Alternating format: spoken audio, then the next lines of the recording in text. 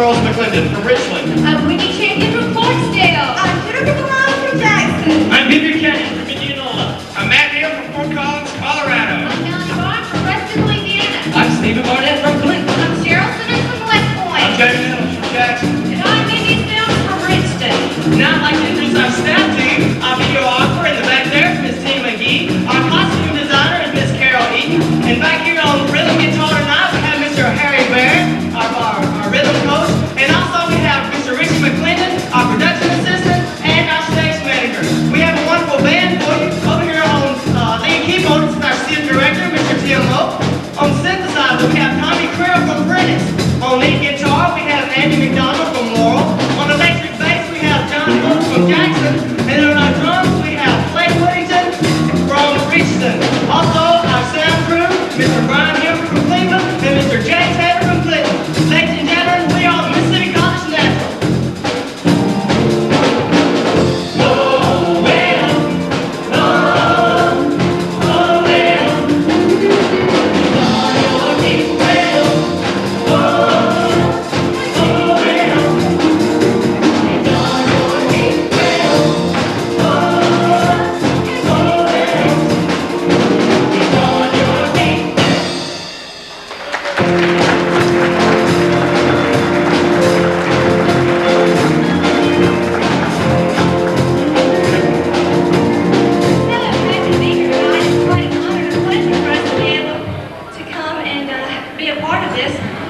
I really hate it that Mr. Clower's not in here because this is the one time that I get to call him Jerry. Where he's, hey, there he is. Speak of the devil.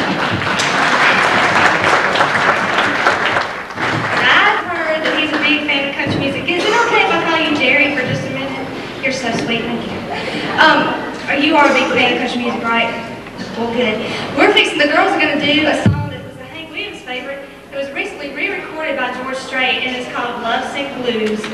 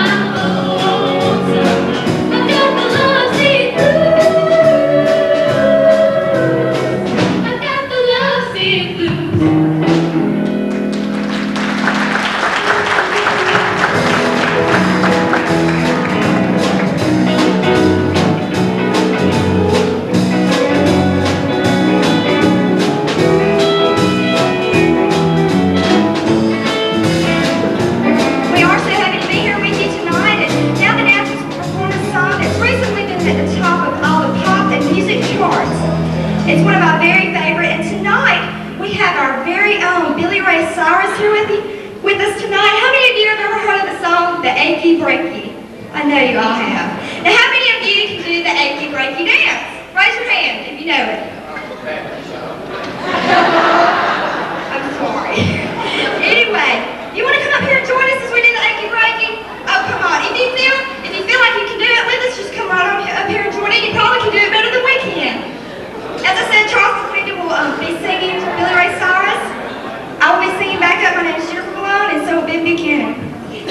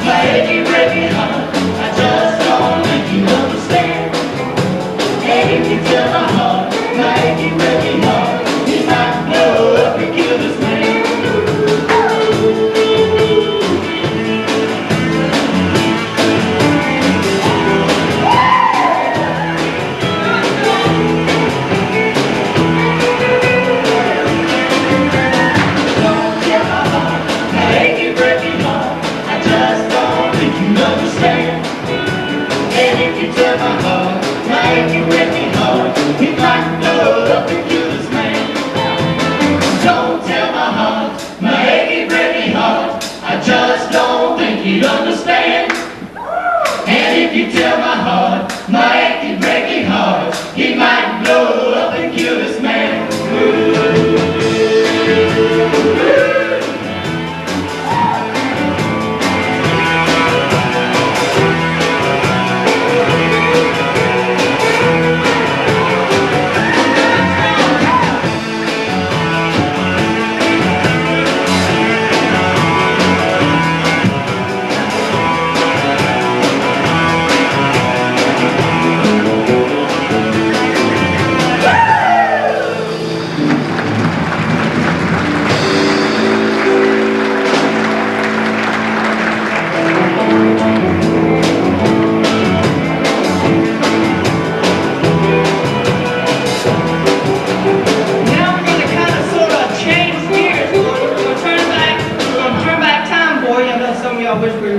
Turn back now. We're going to turn back to the, say, around the year 1960-ish, 60, you know, somewhere around there. And the guys are going to do a song from that period of time entitled Shop Around. And Mr. Stephen Barnett will do the solo.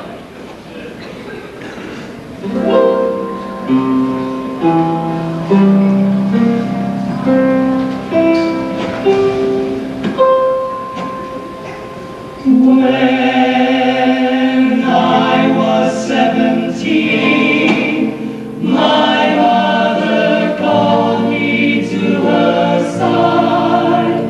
She said, son, you're growing up now. Pretty soon you'll take a ride.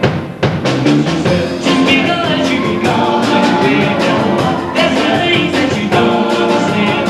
Before you let somebody go around now, keep your freedom just as long as you can now.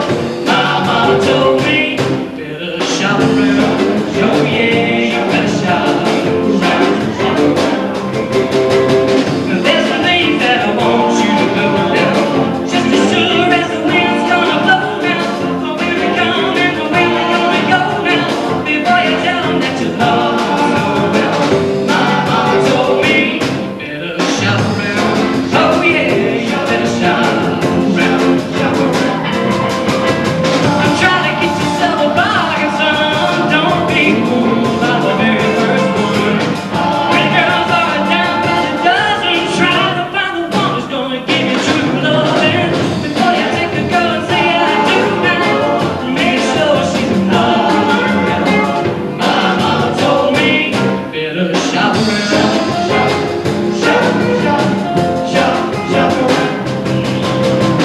Try to get yourself a bargain, son. Don't be fooled by the very first one.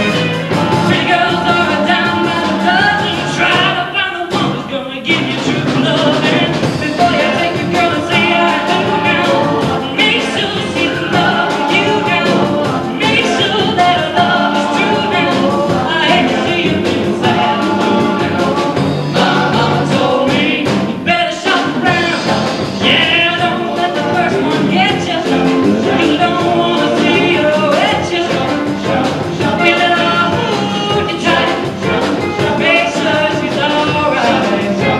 Before you let her take your hand down, son, stand down, son, be a man now, son. I know you can do it. Turn now. My mama told me, you better shop around.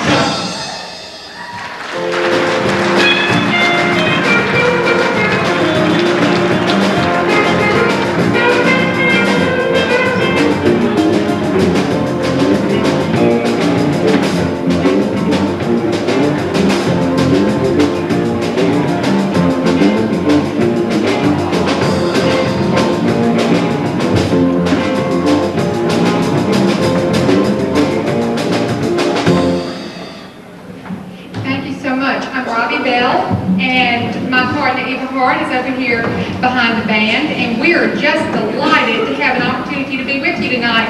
Now, our part of the program could not possibly be a roast of Jerry, even though I know that the fun is to come on that soon. We have nothing to do except toast our good friend Jerry Clower, and I gotta tell you what, he is just about the biggest benefactor and supporter of the naturals that we have ever had. Last spring, he came to Mississippi College in our campus and did a benefit concert and established an endowed scholarship for the benefit of these young people that you see here tonight. We have a mission, and that is to promote Mississippi College and our state. We are the official entertainers for the Mississippi Economic Council and have been for 4 years. But our other mission is to show that good, clean-cut, fine young people can go out and show that they work hard and give a good, clean show and have a lot of fun doing it and hopefully impart a little fun to the audience. So I hope you're having fun with them tonight, and we are so appreciative to have been included tonight. I'd like for you to meet the Dean of the Arts and Sciences of Mississippi Colleges, Dean Eves, and his wife Ann, who are with us here tonight. And I believe I saw our athletic director, Coach Blackwell, here tonight. And Not the athletic. I'm sorry, did I say that? The alumni director.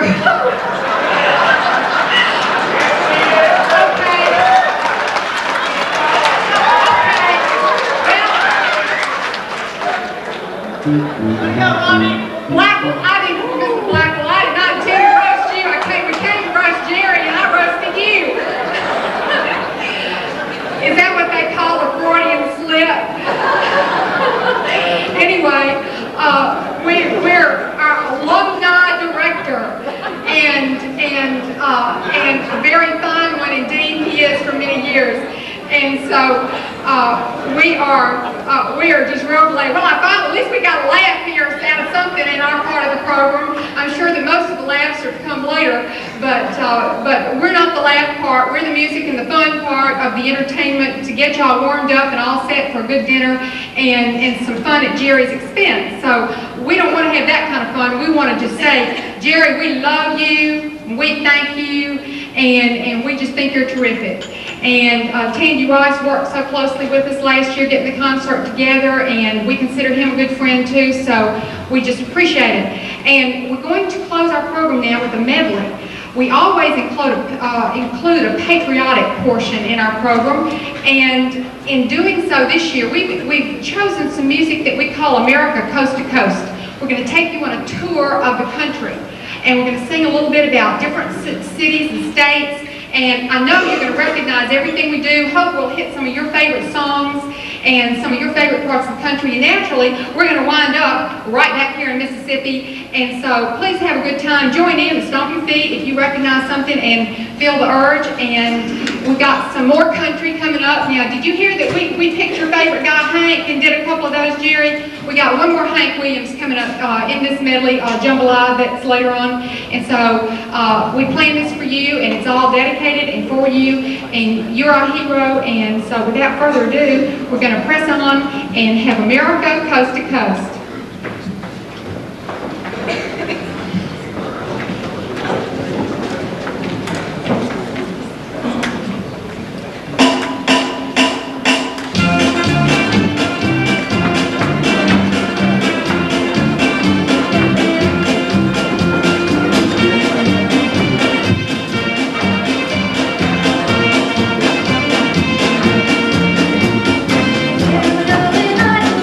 We're made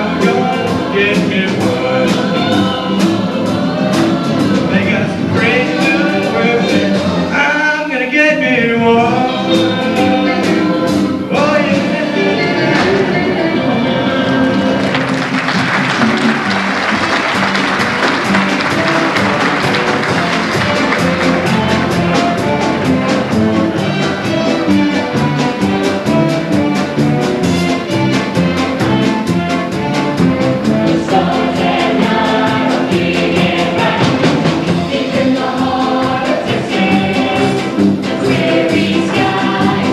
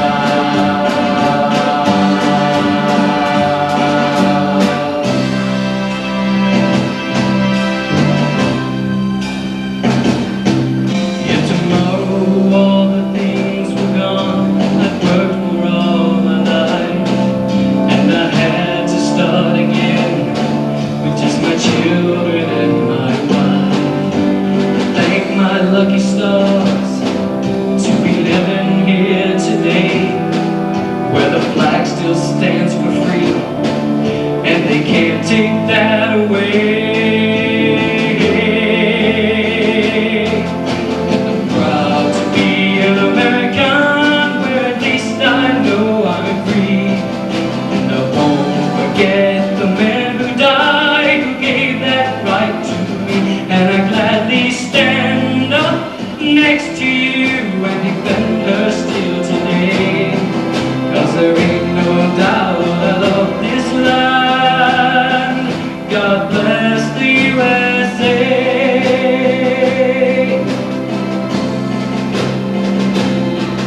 From the lakes of Minnesota to the hills of Tennessee, across the plains of Texas, from sea to shining sea, Detroit down to Houston, and New York to LA.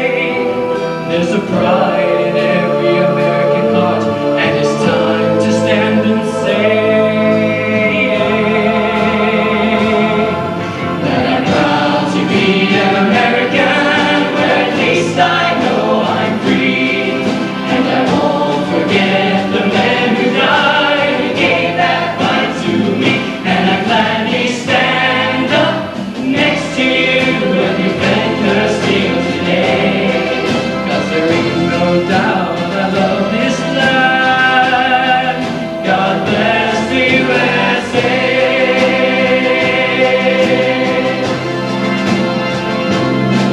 And I'm proud to be an American, where at least I know I'm free.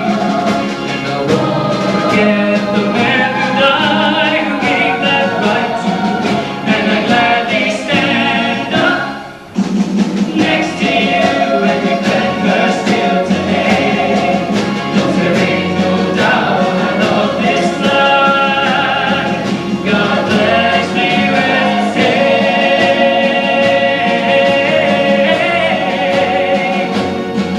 God bless the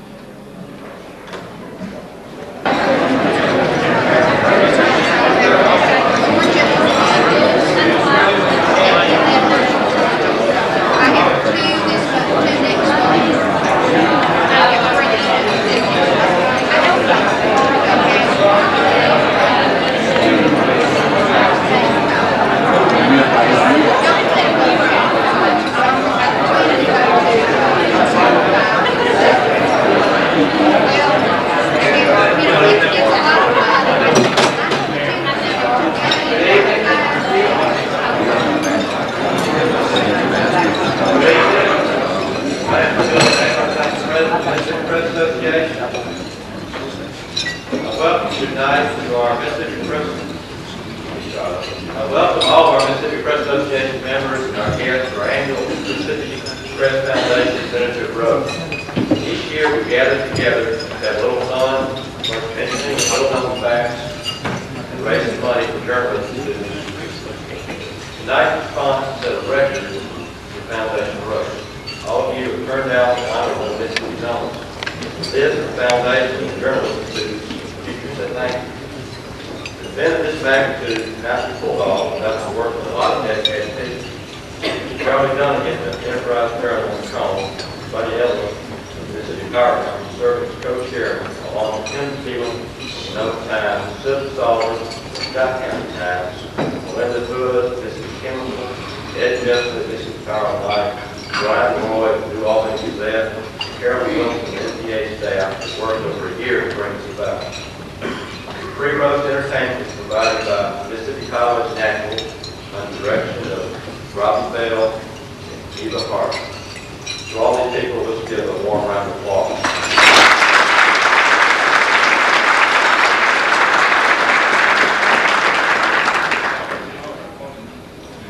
Time for all this work, we all enjoy everything from Madam Charlie Dunnigan to your applications and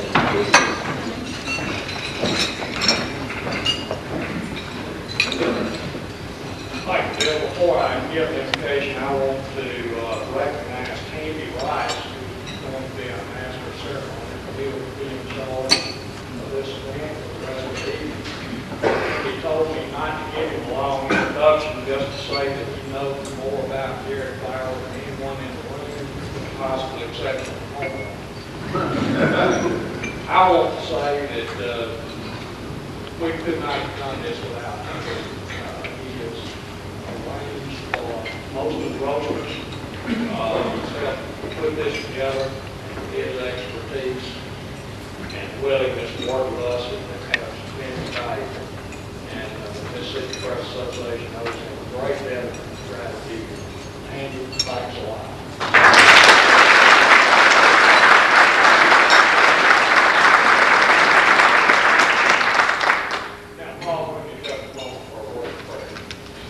Heavenly Father, we thank you for the gift of laughter and for people like Jerry Clower who have provided so much of it for us over the years. We also thank you for people like Jerry Clower who are willing to share their talents and their money with humanitarian causes like Mississippi Press Association Foundation.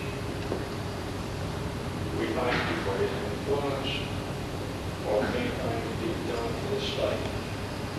We also thank you for this food. We pray that your blessing will nourish our lives. We pray in Jesus'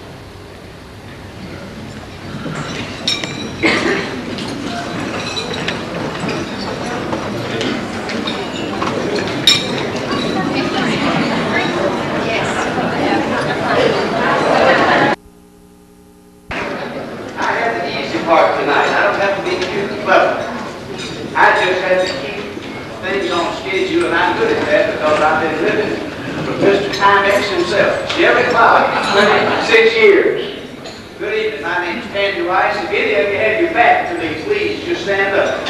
Don't try to scoot. Come on, sir. Stand up and turn it around. Turn around. Thank you. There you go. Thank you, sir. Good evening. I've got some housekeeping duties that I need to attend to before we jump into our roast, and I'm excited about this roast. In fact, I'm excited about everybody. My name is Candy Rice. I work for Jerry Clower. I have worked with him for 26 years, and I brought along our contract to show you since you all like paperwork and words. Here it is. It's a handshake. We've been together that long.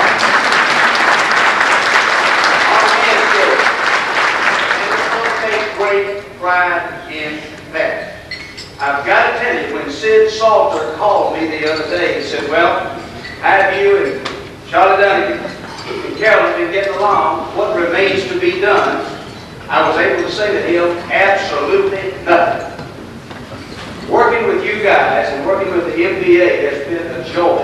I've never worked with any group, and I've worked with probably more groups than everybody in this room combined. I've never worked with a more professional group. Anywhere, at any time, in any way. So please give the MPA and Carol a round of applause.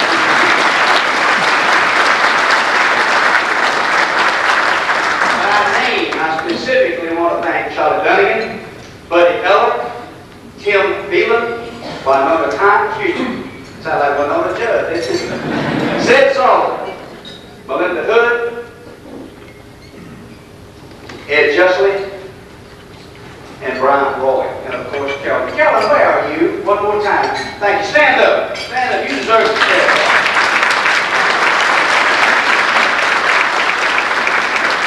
It's been absolutely super to work with. So my thanks to all of you, specifically to you, Carolyn. I want to thank the wives of our roasters. I got to tell you, in my opinion, if I'm wrong, I'll go down in flames. But we have the finest assemblage of roasters that I've ever seen. And their wives and spouses are here tonight. It is not part of my program to introduce them, but I'm going to do it anyway. You can't fire me because you ain't paid me anything. Tight wads. To my far left, raise your hand or stand, whichever suits you best. Mrs. Danny McKenzie. Lee McKenzie.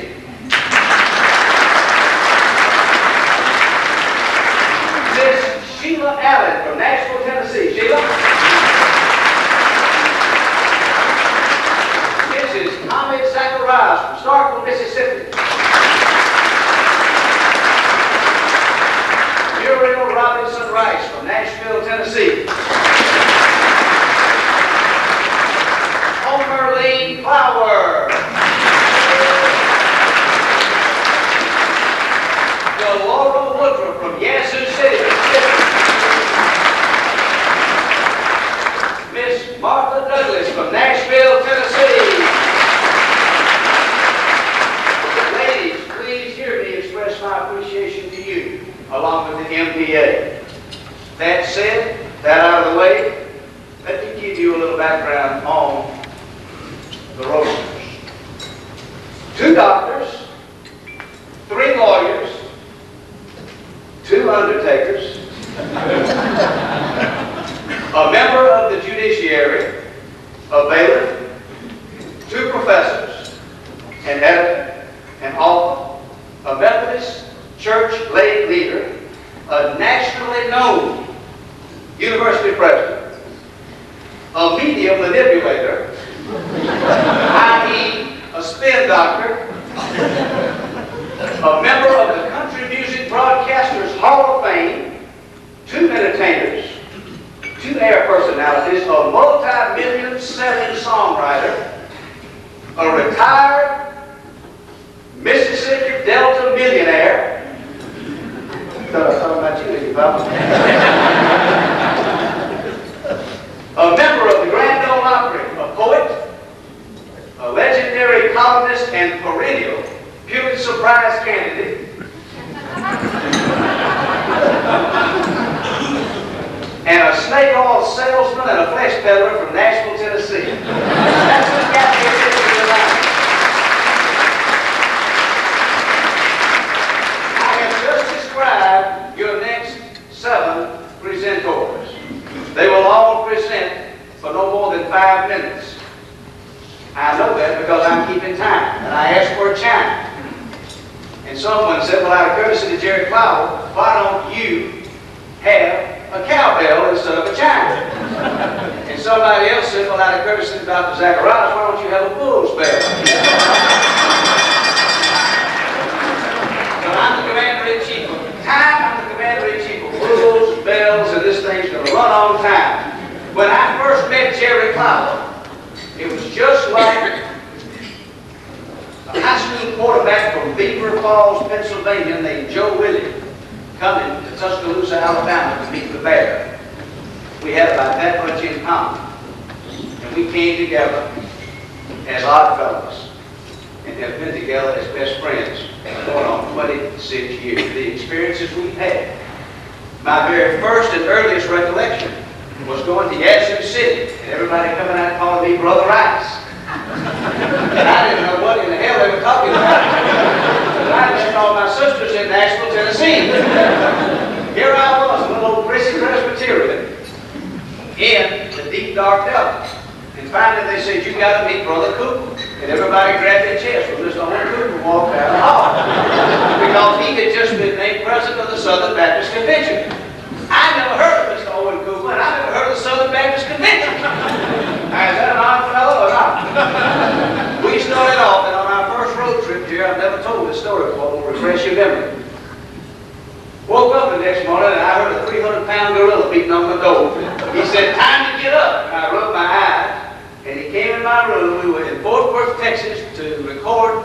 the Southern Baptist Radio and Television Commission, and this gorilla walks over to my bedside table and said, "How come that nasty magazine is on your bedside table?" I said, "Well, it's Playboy magazine. I just read it. I don't look at it."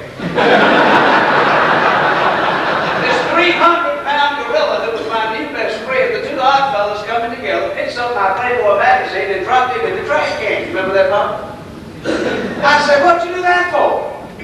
He said, "Well, I'll tell you why." He said, "The Lord may call me home anytime. And if he does, there'll probably be reporters around. And I don't want reporters to walk in and see these old nasty magazines laying around that you've been reading and thinking I've been lying to them all this time." Well, 15, I thought, I want my magazine back.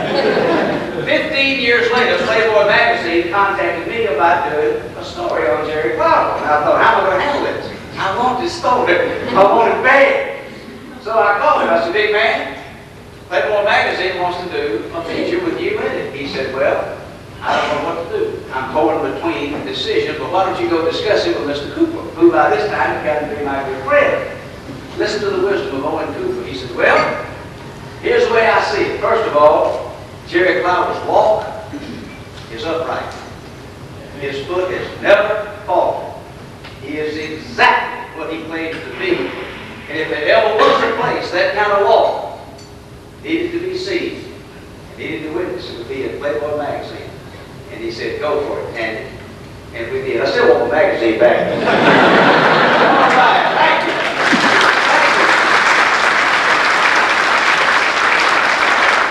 Our roasters are lined up this way for the following reasons. We're going to deal with Jerry's roots, then we're going to deal with college days, then we're going to deal with, some city days, then we're going to deal with the national days, and then we're going to conclude with a comprehensive mop-up of all of them. After the roasters are concluded, we have a response by Jerry Clower, and we have two very special presentations. And I'll do the best I can to keep us on schedule. One of my heroes, Danny McKenzie, perennial Pulitzer Prize winning candidate from the Clarion Ledger. Danny McKenzie, you're up.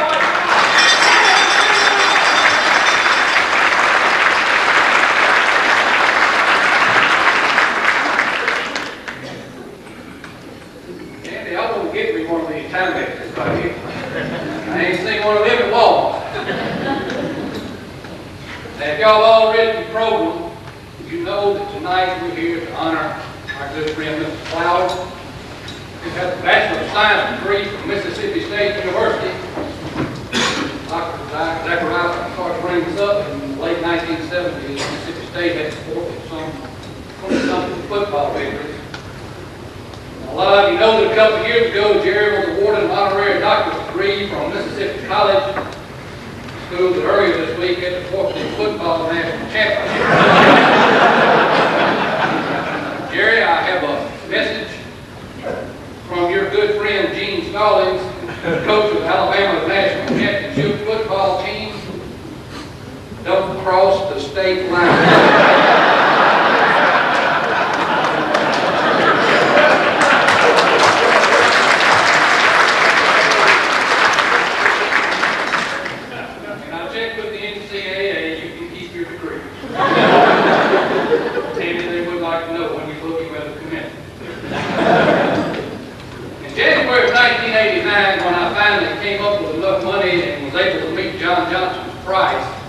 I became General Column for the Clarion Ledger. I've had to talk to Jerry Clower, the country comic, several times, but I knew this was my opportunity to get to know and write about the man out before Liberty, Mississippi. So I called his secretary, Judy Moore, in Yazoo City, who put me in touch with his manager, Tandy Rice, in Nashville, who both set me up with an interview an hour and a half down the road in Liberty. That's just to show you that Jerry is indeed a star. You may have noticed in you, God. I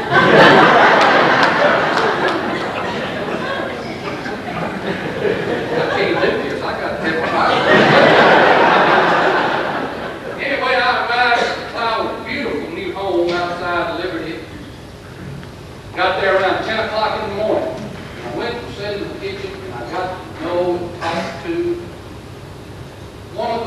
quiet, one of the most humble, one of the most introspective men that I've ever met in my life. About a half hour later, Jerry came stumbling in. And his brother Sonny got up from the table and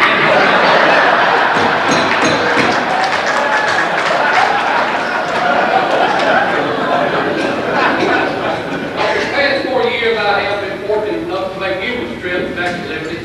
And I've come to know many of Jerry's lifelong friends, the folks he grew up with. And in Liberty, in Lincoln County. One of the first people I met was Ray Price, Jerry's financier on the Pilot Guaranty National Bank in Macomb. Baby Ray, as Jerry called him, told me about the time, it was either 1949 or 1950, when he and Marcel snuck off with the Ledbetter Pulpwood truck. And they drove over to Baton Rouge to watch Jerry and his Mississippi State Bulldogs play the LSU Tigers. And as usual, LSU was beating up on state pretty good. In the fourth quarter, the Bulldogs coach Slickmore put Jerry in at defensive tackle. Figured things were already out of hand, Jerry couldn't screw up anymore. Later, Ray said Jerry had been in about 2 minutes when he heard the public address announcer say, "From both LSU, Clower recovers for Mississippi State." Baby Ray said he got all excited about it, but all Marcel had to say was, "Ray, how that ball rolled up onto Jerry's back."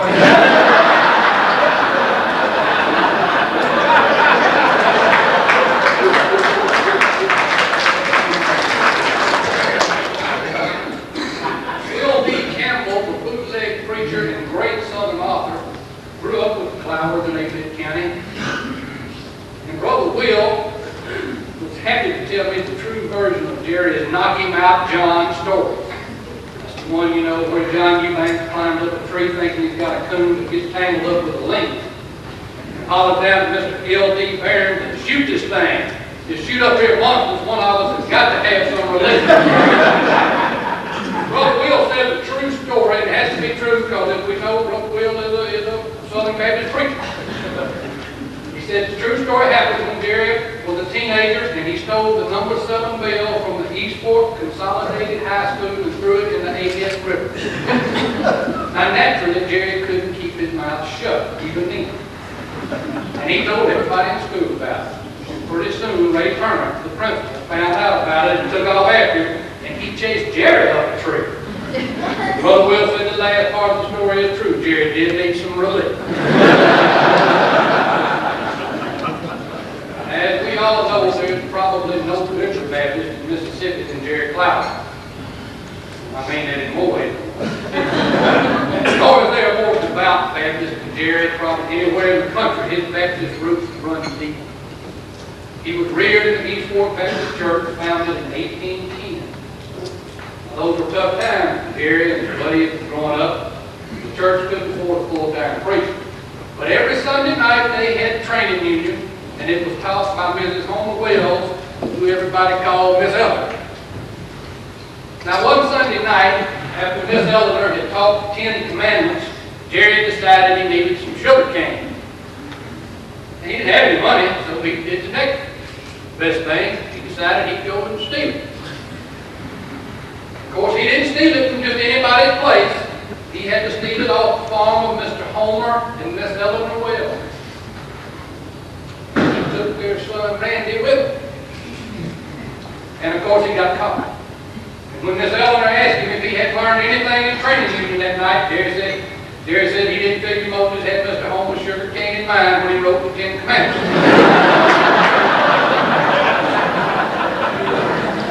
But in true Jerry Clower fashion, a couple of years later, this young man walked up to Mr. Homer Wells' front door, knocked on it, and asked Mr. Wells for his daughter Homerlene's hand in marriage. Mr. Wells said, "Well, you might as well, because you ain't never going to face with the sugar." And that one took. Jerry, in all seriousness and with complete and total sincerity, on behalf of all of us who love Mississippi as much as you, including us Methodists who went to Ole Miss, I want to thank you for all you've done for all of us. And let me close by repeating what quiet, humble, introspective Sonny Clower reminded me of. There is none so pure as he who has been purified. God bless you, Jerry Clower. We love you.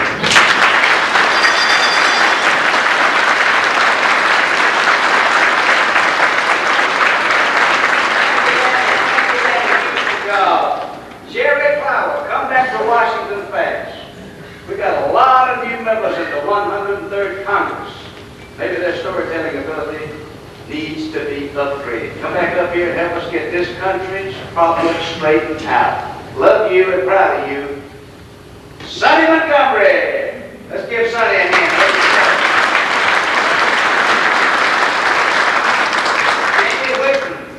Says, Dear Jerry, your contributions to our state and to country music are too numerous to mention, but I'm sure your many friends and Rosas will do a good job of keeping you humble.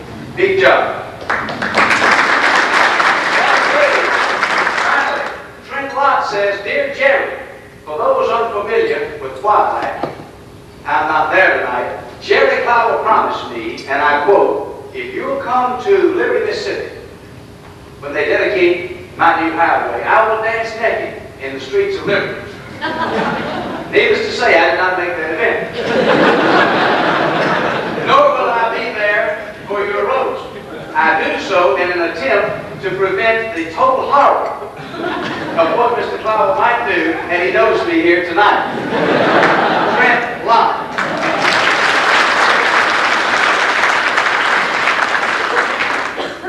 Rocket scientist to know how much Jerry Clower loves Mississippi State University.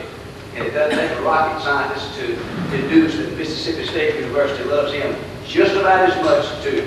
It's a two-way street between here and Starkville, Mississippi. Our next roaster, Dr. Don Zacharias, president of Mississippi State University.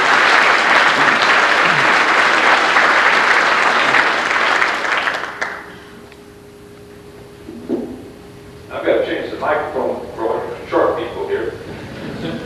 Before I make my remarks, I want you to know that Jerry's got one thing very significant going forward. That's his birthday. September the 28th. I've forgotten the year, Jerry.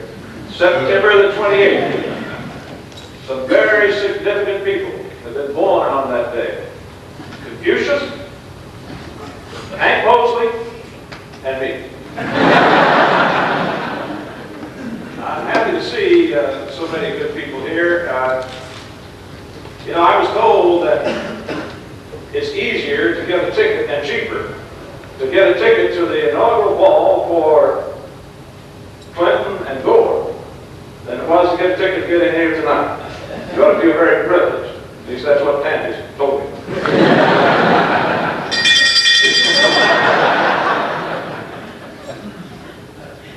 Now, a lot of you I know our guest very well, and I've learned to know him and really appreciate him since I've been in Mississippi.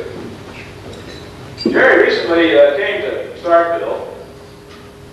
He was visiting a mutual friend of ours, and he pulled in the driveway in his usual manner, tooting the horn so that everybody knew he's there. And our friend was in the process of loading garbage to take out to the city dump.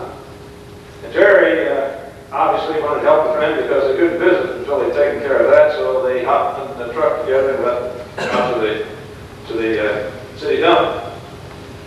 And Jerry, being a good friend, put down the tailgate, got in the back of the truck and started throwing the garbage out.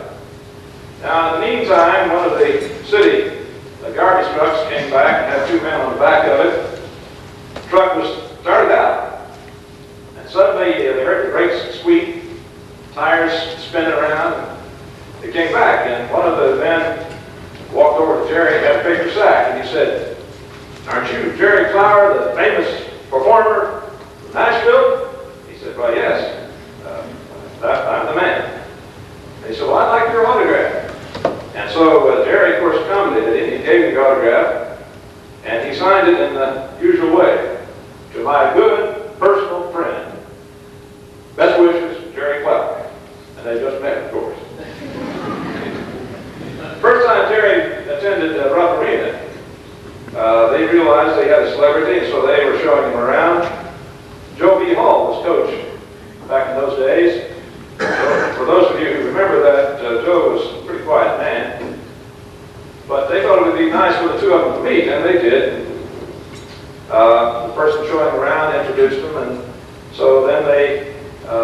passed Jerry on to another guide to show him around.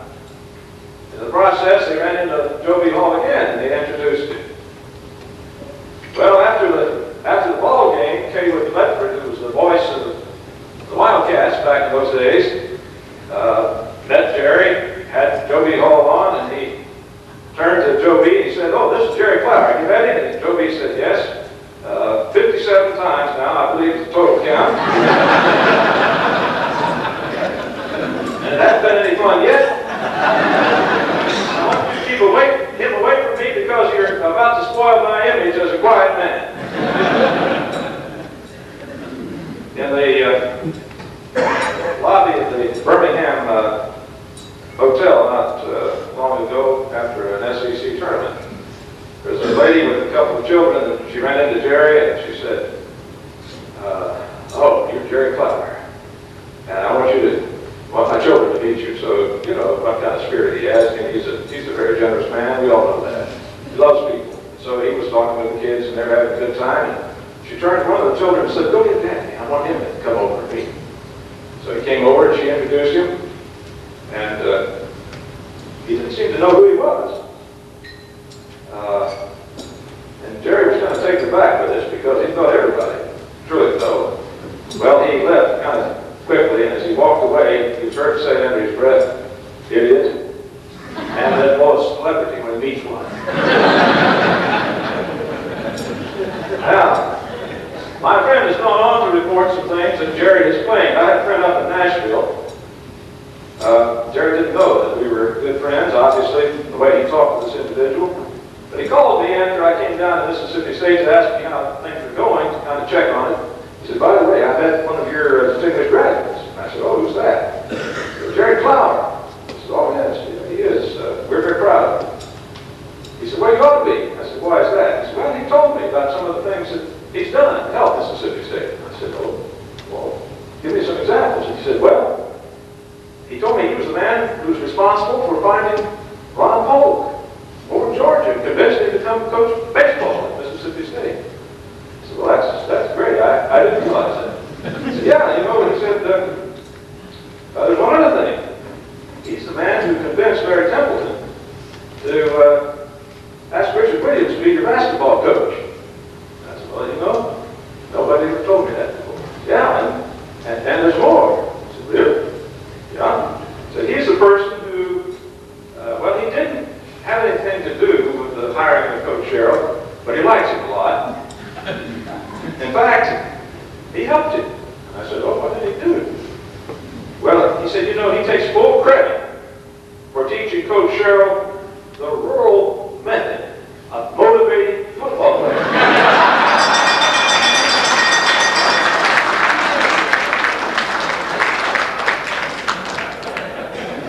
From being here tonight, these stories could go on and on, but before I sit down, I want you to know that most of these stories are not true. I'll let you decide which ones.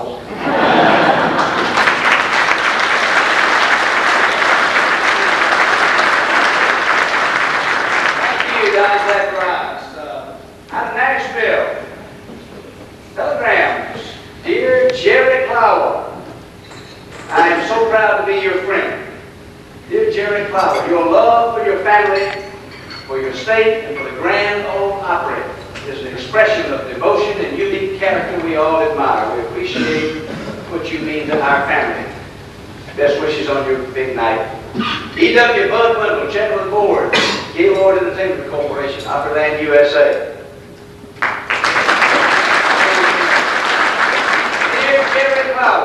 Being a fellow Mississippian, I'm always happy and proud to see good things happen in my home state. Jerry Clower, you're a good man.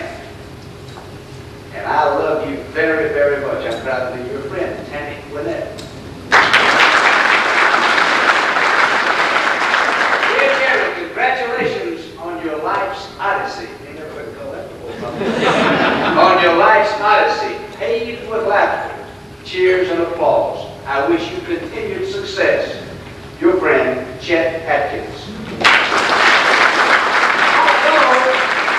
Although I told you we had a retired millionaire businessman Delta. And you were all wondering who I was talking about. Wonder no more. Meet Bill Wood. Brother Bill? Bill Wood. From the Kansas City days.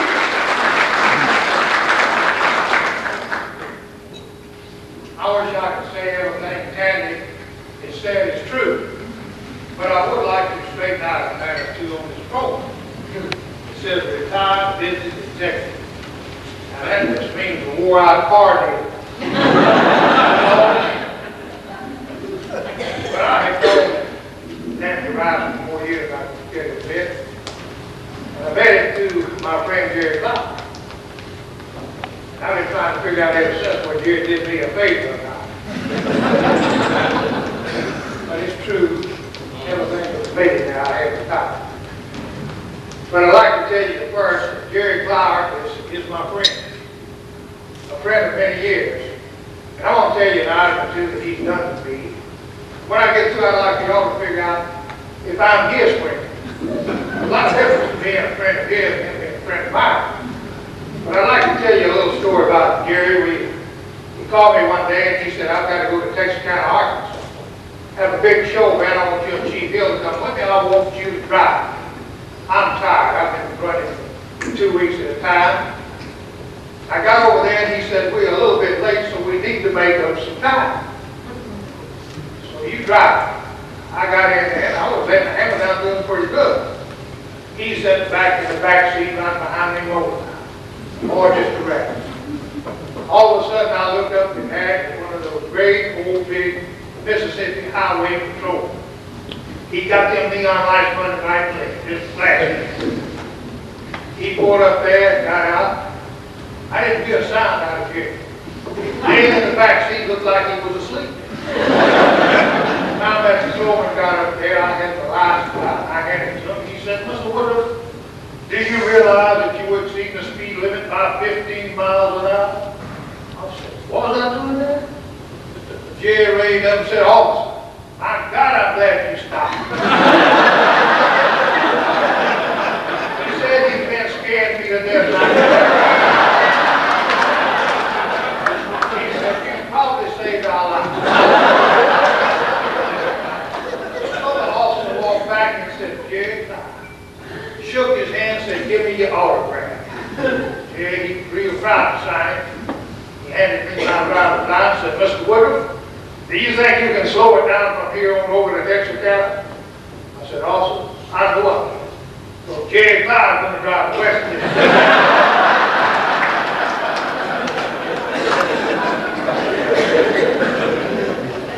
Jerry asked Chief Hill and I to go to Nashville with him one time. He was going to be on the Grand Ole Opry twice in the same day. 7 o'clock performance, 9 o'clock performance. We rushed up there and he didn't have time for us to go and eat at a decent place. We had to stop at one of them greasy drive-ins. Well, you know, you're actually going to eat if you're hungry. So I loaded up pretty good because he was paying for it. We got on in the hotel room and about 2 hours later I'm stretched out on the bed there and I'm not feeling too good. I got a little problem down here in my lower chest. Jerry said, what's wrong? I said, I don't feel too good. Stay there. I think I got something to help. He goes in the next room and pours medicine from Chief Hill. He said, take 2 of these tablets. About 2 hours later, take 2 more. That'll fix you up. Well, he was right. Those first 2 tablets really fixed me. I never had to take the others. But I missed the Grand Ole Opry that night. I really didn't have time to go.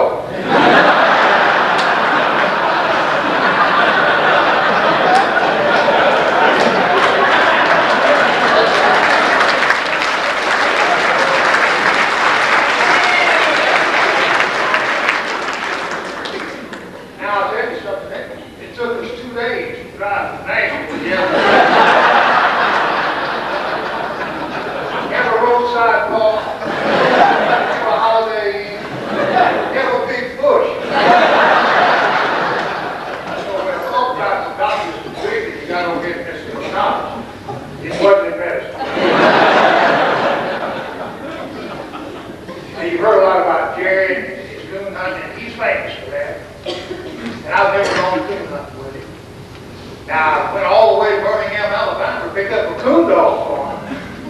got to go to and hunt with that duck. But Jerry really is a fine duck hunter, and I got to tell you why I say this. A few years back, he and Jim Ed Brown was co-hosting the grand old world famous duck calling contest in Stuttgart. He asked me to go up there with him and duck. Having been a native of Arkansas, I knew quite a bit about duck. And I mean, there was game boys in the country up there chasing me down through the woods. So we go up there and fall out of bed the next morning about 3:30, hopped in a pickup truck with our guy, Mr. Fazell, go out there and unload out of the truck, get in a boat, scoot out through the woods there, flooded, get over flat, and got into this big duck line. It's about 5 foot high, about 12 foot long, and about 4 or 5 foot wide. Prior to us going out there, Mr. Brazil taking a nylon rope, tied it onto a spring, had that spring around a tree out there, about 150 yards. And between that spring and that duck line, he had some decoys out, tied out. When we got down, it was about daylight. He thumped some ducks over about 3.5 miles high. Let them pass. When he got down there within about 500 yards, Mr. Brazil hit that old collar a time or two. And he thought he'd help him out, and he grabbed that rope. Jerry didn't know he had those decoys out there, nobody else did. He popped that rope about 3 times, switched it back and forth. All of a sudden, those burrs fell back from that duck line. Boom, boom, boom. Jerry raised up and he said, Mr. Fazell, how many ducks did I kill? He said, yeah, I don't know how many ducks you killed, but you sure ruined the hell out of about 10 decoys. But he was in my neighbor. We never could decide whether he lived behind me or I lived behind him. So he just moved off to settle that argument. It's been my pleasure. He's a personal friend. I know all of his family. I certainly appreciate being here tonight.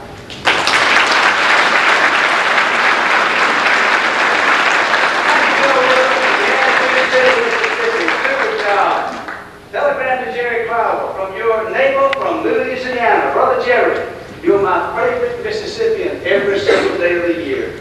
Love your lives, partner, and proud of you, married young. Telegram to Jerry Clower. Brother Jerry, there are lots of things wrong in this world, but Jerry Clower ain't one of them. Will Davis County.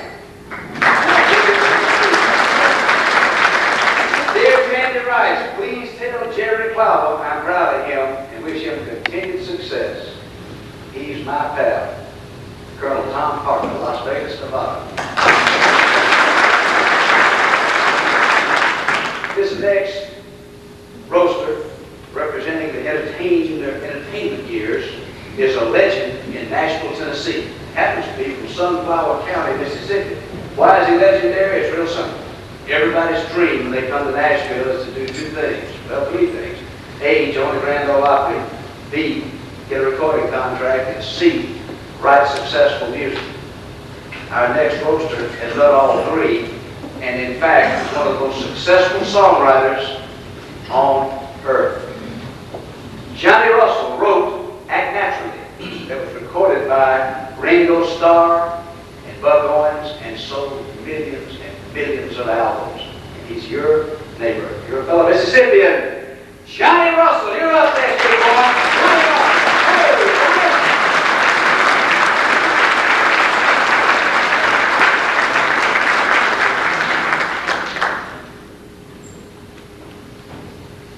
Can everybody see me all right?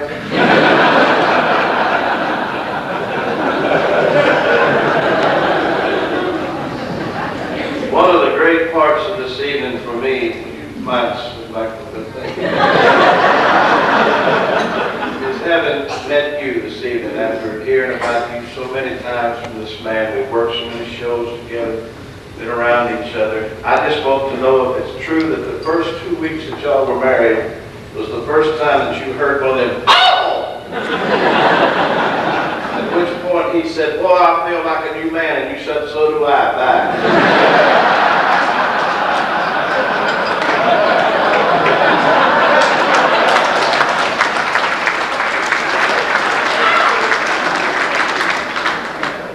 All these fellows professional funny men have been up here and been so good, I feel like this neighbor's next husband. I know what I'm supposed to do, I just don't know how the hell to keep it interesting. But Jerry Clower, I heard this story, I don't know if it's true, I'll just pass it on and you figure it out. When he was 3 years old, his mother gave him a whipping. He went in the bedroom, dropped his britches, looked in the mirror, came back, said, well, I hope you're happy you cracked it.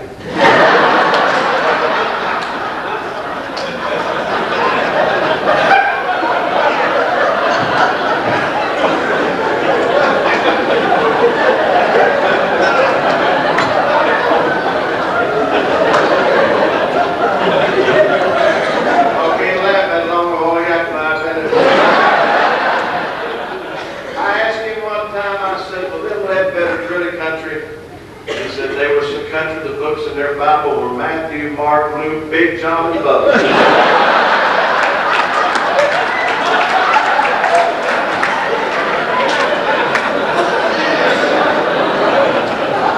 When he was a little boy, him and what's that, Marcel was looking for a job, and they went in a store, and the guy said, what do you do? Jerry said, I'm a pilot. He said, how old are you? He said, 11. You're an 11-year-old pilot? He said, yes, sir. He said, well, we'll hire you. Marcel standing there. He said, what do you do? He said, I'm a wood chopper. He said, well, we don't need you. He said, you hired him? He said, yeah, but he's a pilot. He said, how's he going to pilot if I don't chop?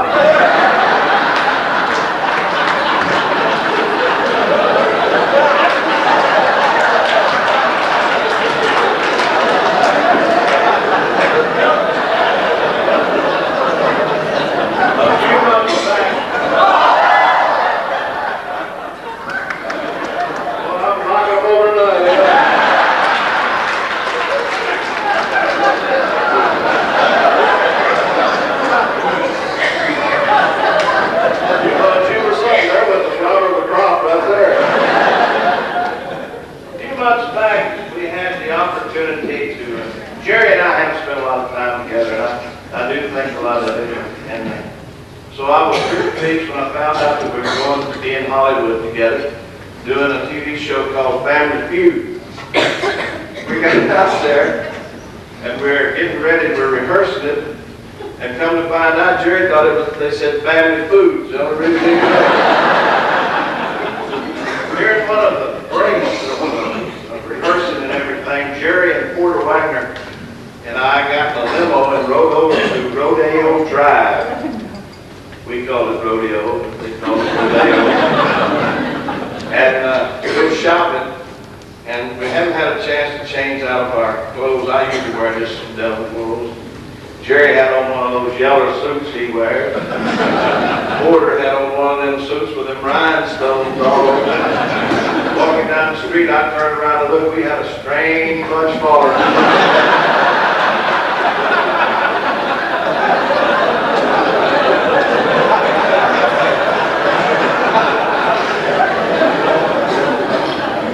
We went in store after store, and Jerry would pick up the price on them things, and he'd look and go, "Whoa!" I'd come over and say, "You're Jerry Clower, aren't you?" Jerry said, "How do they know who I am?" I said, "No, they don't know me." I said, "It's the way you talk, Jerry. It's the way you talk." He said, "Well, I'll show the next bunch." We walked in the store, and he said, "I'll have a sack full of potatoes and a bag full of tomatoes." The guy said, "You're Jerry Clower." Jerry said, "Yeah, but how'd you know?" He said, "This is a hardware store."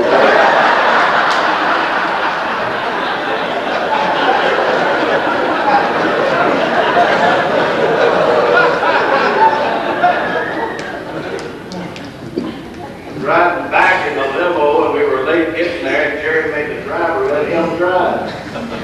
They stopped us. He was doing 110 miles an hour. The guy came up to the front of the limo, and he looked and said, "Well, you're Jerry Clower." He introduced himself. His partner hollered out, "You going to give him a ticket?" He said, "I can't. It's too important." His partner said, "Who is it?" He said, "I don't know, but he got Jerry Clower driving."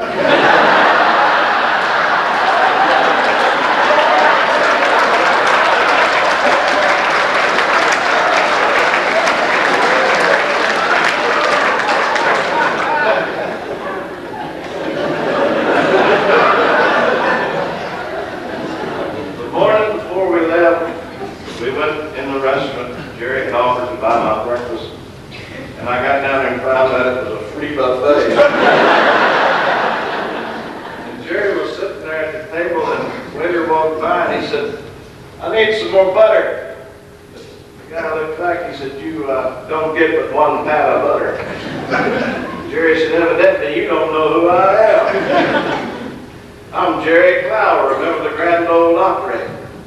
Here in town, the new Family Feud. The waiter said, evidently you don't know who I am. Jerry said, no, who are you? He said, I'm a guy in charge of the butter.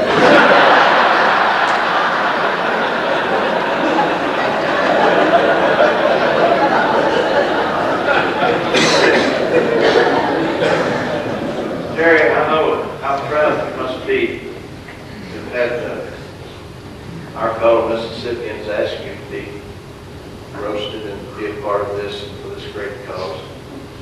And people being here, and those of us that took the time to do some damn telegram.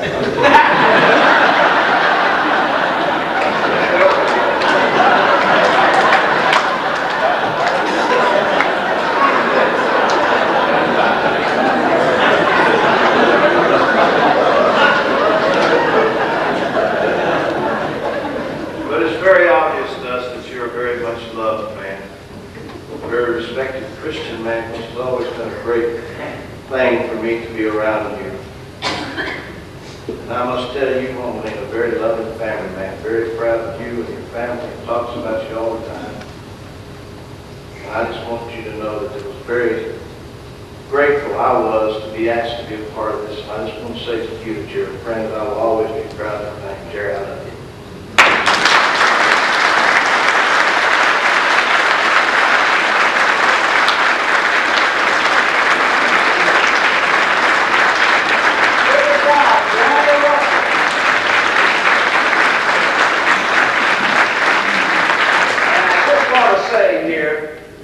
There are probably as many as 50 young Mississippi kids who are able to go to college because of Johnny Russell's generosity.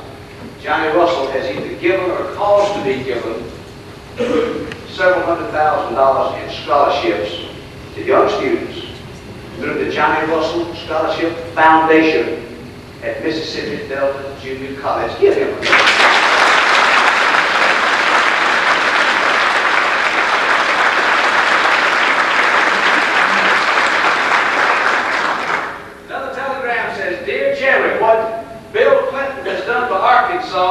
You have done for Mississippi. I don't know what the hell that means. Sounds pretty good. Your friend always, Hank Williams, Jr.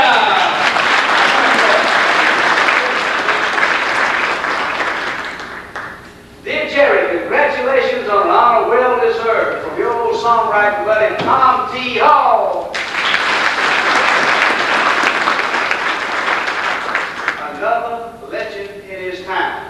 I mentioned a while ago that we have someone here who is a member of the Country Music Broadcasters Hall of Fame. Don't get it better than that, where we come from. Radio's king, and the king of broadcast radio, a household name where we come from. People stand up when he walks in the room. The one and only. Great honor for him to be here tonight. Charlie Douglas! Charlie!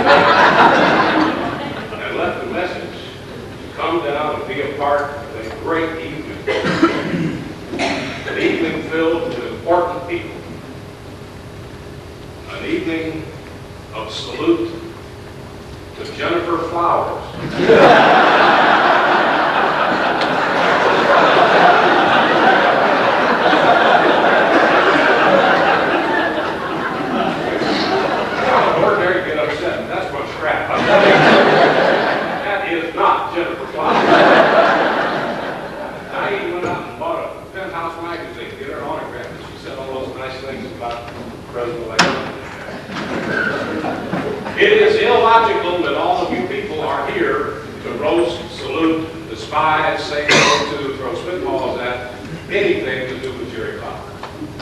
It is totally illogical. But it's an illogical world. If it was a logical world, cowboys would ride side saddle. There would be no bars on boys' bicycles.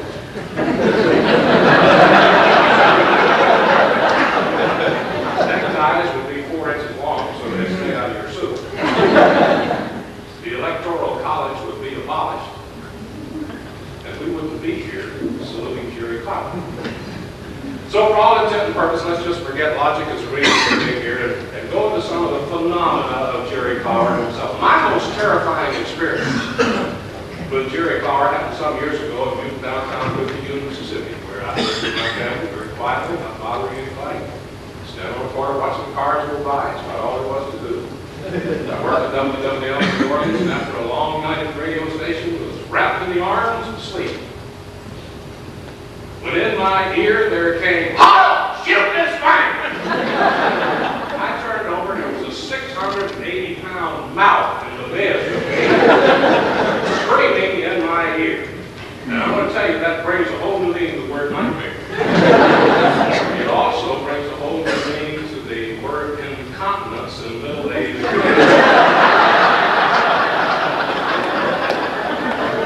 Jerry is most famous for his stories about Mississippi coon hunting, and if you listen to his albums, you might get the idea that he had actually done some of that. His brother, Sonny, said that to his knowledge, Jerry Clower had never been coon hunting in his life. And however, one cold morning, Jerry and his friend Marcel did go duck hunting when they were about 13 years old. Went out on the cold flats, took a bunch of dogs with them, some retrievers they borrowed, came back in about 10 o'clock in the morning, didn't have anything but blue lips, runny noses, and wet feet. Sonny said, "Well, did you get any ducks?" And Jerry commented on the thousands of ducks that had flown over, but they didn't get any. Marcel allowed us how they probably hadn't thrown the dogs high enough.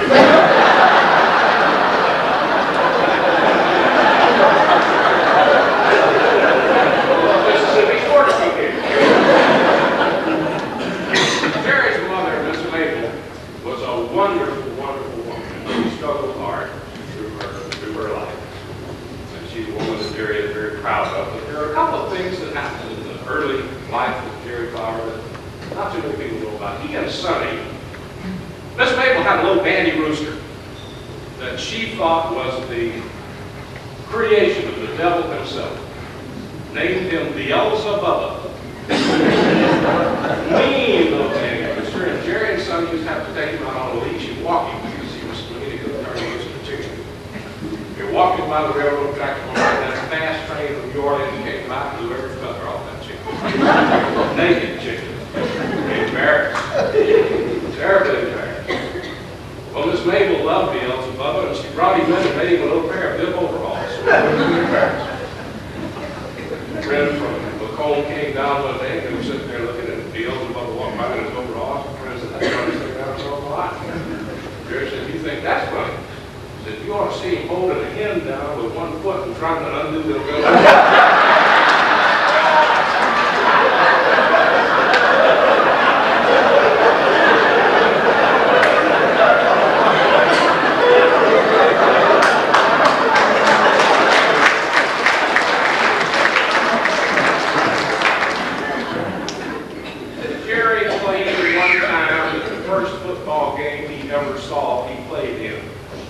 Not true.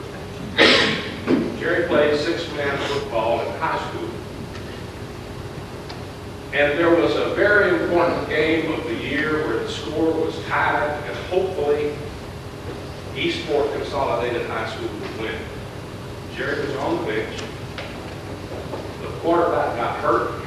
The coach sent Jerry in as a quarterback. You picture this? 270-pound quarterback. The coach said, "What I want you to do is I want you to give the ball to the fullback on the first play. Give the ball to the halfback on the second play. And on the third play, keep that ball." Jerry handed it to the fullback on the first play. Ran 45 yards. Gave it to the halfback on the second play, ran 25 yards. Third play, he backed up and kicked that ball out of the stadium. And the coach said, come on, you. He called Jerry over, he came dropping off, just trying to do exactly what the coach started doing. He said, what were you thinking? He said, Jerry said, I was saying we had the dumbest damn coach in Well, Jerry, long ago, threw out the bib overalls, climbed into business suits, joined the world of sales, and has represented the great state of Mississippi with verve, vigor, pride, and with great class.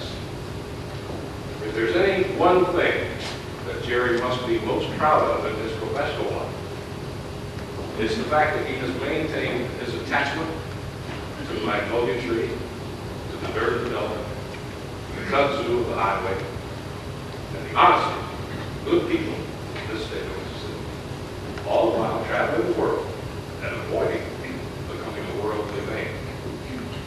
So Jerry, those of us who knew you at the beginning are comfortable that we will know you at the end, and it'll be pretty much the same as Jerry Clower from our home.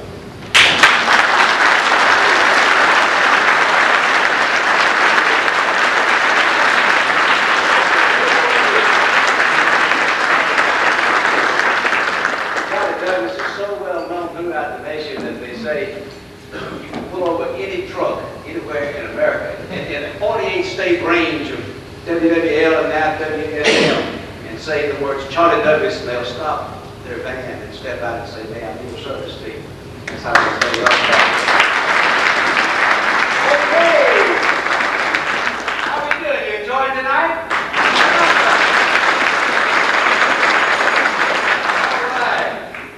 Jerry Clower, you possess the rare quality of having a heart that's as large as the stature of your body. That's not possible. Now, this is what happens when four guys try to write one letter. They are both full of love. God bless you on this special day and the rest of your life. Sincerely yours, Dwayne Allen, Richard Sturban, Joe Bonzal, and Steve Sanders, the whole Fuse Bowl.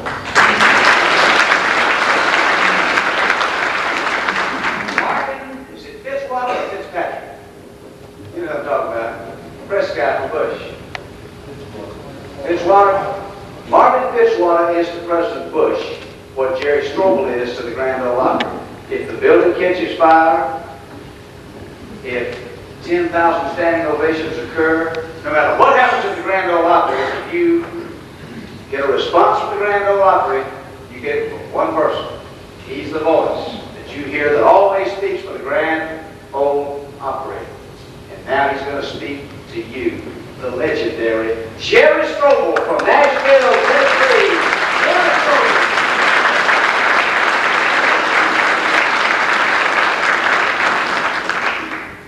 I don't know if anything compared to Marvin Fitzwater. I business.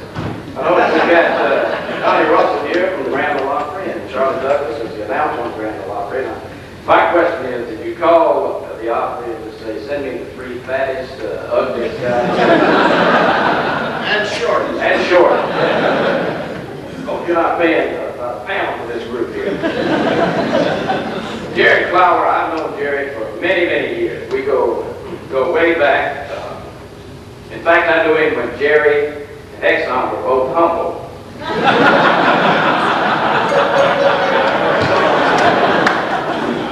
Jerry has always told me about his family. He's always told me about his upbringing and his life and so forth. He said he was very poor. He told me, he said, Jerry, we were so poor and we lived so far back in the sticks that we had to walk towards town just to go hunting. And one member, I did some research, one member of the Clower family that he never talked about, which I'm going to tell you about today, was a great uncle, Wild Bill Clower. And Wild Bill lived out west, and this was during the years of the Indian uprisings. And Wild Bill had a sidekick, Clovis, Kit Clovis Carson. And they were both Indian scouts. And the colonel at the fort, he called me in one day, and he said, you know, these Indians are really giving us trouble. They're out there, they're stealing our whiskey, they are the fort, said, I'll tell you what I'll do. I'll give you $100 for every Indian scalp that you bring in. So they said, this is great. So they go riding off, look all day, and they don't find any Indians. So they go to bed that night. The next morning, Kid Clovis, he's awakened, and he looks around, and he is surrounded by 500 Apaches.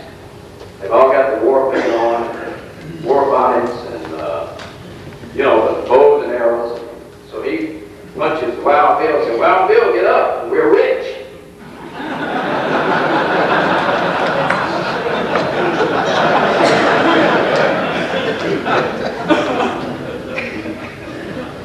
I would like to continue with what Johnny Russell said about Homerline here. Homerline is obviously the light of Jerry's life here. She's been with him for 46 years now as a bride, as a sweetheart. Benny Burrell told me that when Jerry and Homerline got married, they were going to go to Grand Ole Opry for their honeymoon. When they got in the car, they're heading north, and they're almost to Nashville, and Jerry reaches over and feels Homerline's knee, and she said, Jerry, we're married now, you go further than that. So he drove on to Knoxville.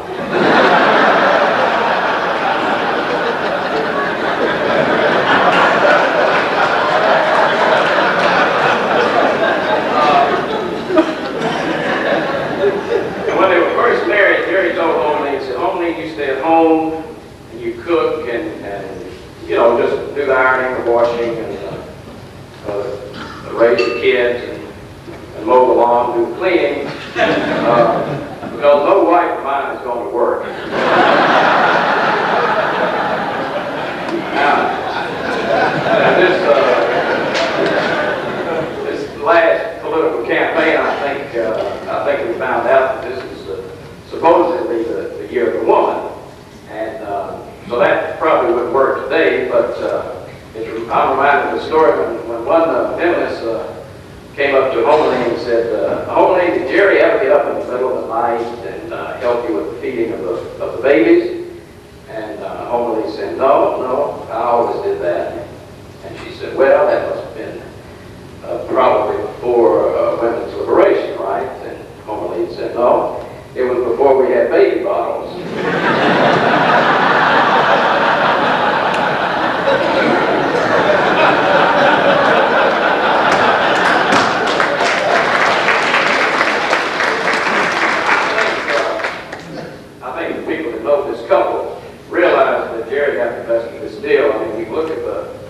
Gentleman here, and he's got a body like a beer keg.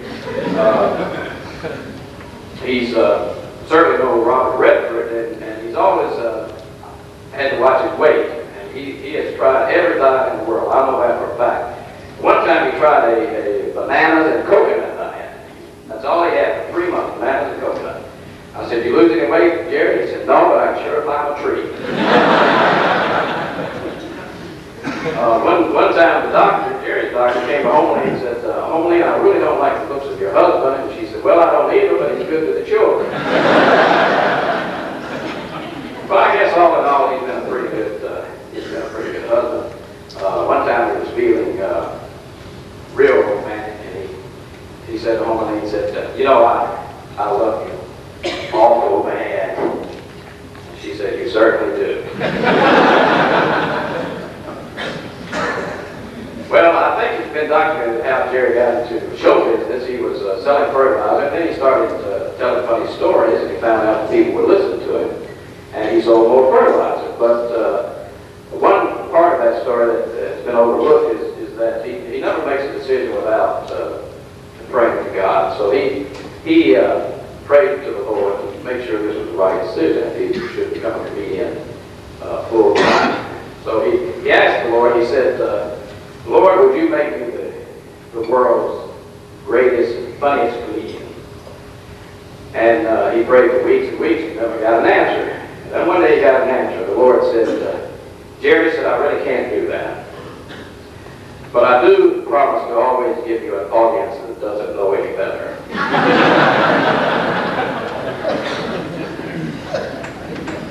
touched on the fact that, or it's probably the program, that Jerry's written 3 books. People say that Jerry got an ego. I don't believe that, Jerry, but I understand your 4th book is going to be Famous Men Who Have Known Me. And Jerry did join the Navy in 1944. I said, why did you join the Navy? And he said, well, I wanted the world to see me. And he really doesn't have an ego. I've never heard Jerry say an unkind thing about anyone, really, because he's always talking about himself. But he's been a member at our Grand Ole Opry for 8 years, I guess, and more than 8 years. He's always treated the Grand Ole Opry audiences to a lot of laughs, a lot of fun, which is not really that good because he's been a member for 20 years. And through the years, Jerry's been a lot of help to a lot of young people, a lot of old people. He's just been a great humanitarian, and like I say, he's been a big help to many people. But someone said, well, the same could be said for milk of magnesia or X-Lax.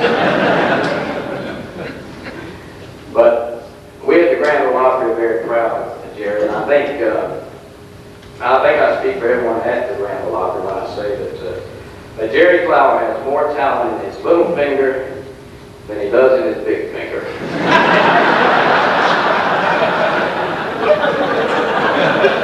I don't know what that means, but he's a wonderful fellow. He's a great American, a credit to his race. And Jerry, good luck and keep your chins up.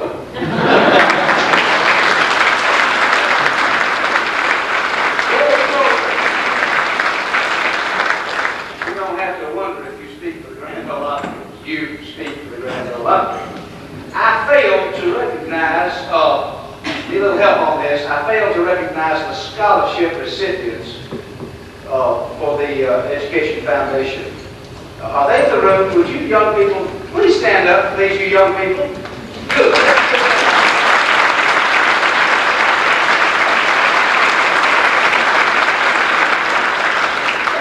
You come up and meet Mr. Clower. I'm sorry. I didn't know you're the reason we're here. So, excuse me, and I sure am proud of you. You just look as fine as you can look. You gotta have a 3.0 average even to apply for this sucker. Proud of you. Hold up.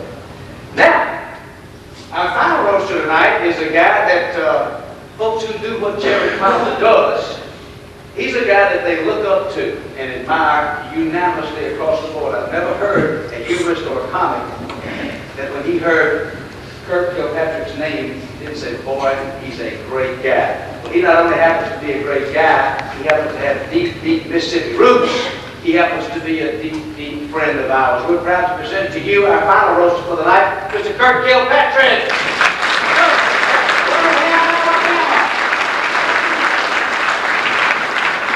Thank you very much. Get all my props up here. Looking good, Jerry. Huh? Congratulations on your night. I used to get a lot of money doing this, but I give it all to government. Of course, I get it all back when I'm 65, and Jerry says that's like giving a squirrel nuts after he's lost all his teeth. I remember back in 1973, I was working here at WJDX in Jackson, Mississippi, and Jerry Clower encouraged me.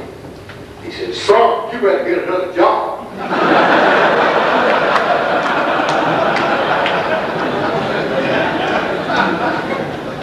A lot of people wanted to wish you well, and they couldn't be here. Jerry, of course, you are a legend in show business, and another legend asked me to pass on his best wishes to you. Oh, Jerry. I said that Jerry Clower, he's a funny kid.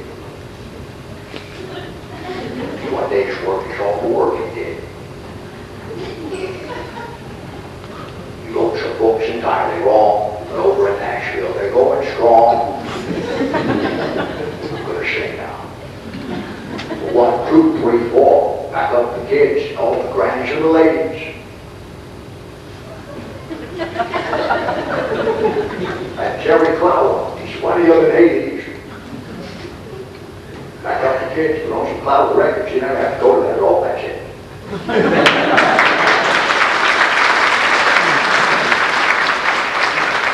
Jerry asked me if I would please do for him the Parade of Presidents, since we just had a political year. Oh, this is Jimmy Clower. Thank you all very much. I remember Jerry Clower was in Atlanta, and I flashed him the victory sign, and he returned the portion of it.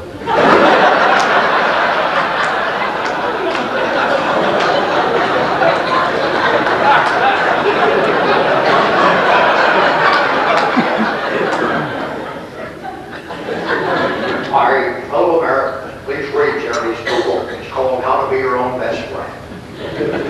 Part 2 is How to Pick Yourself Up at the Airport.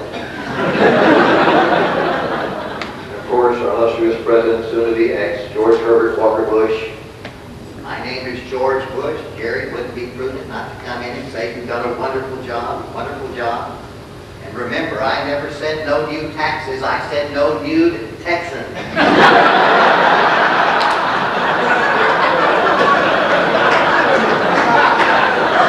And of course, Jerry supported this president.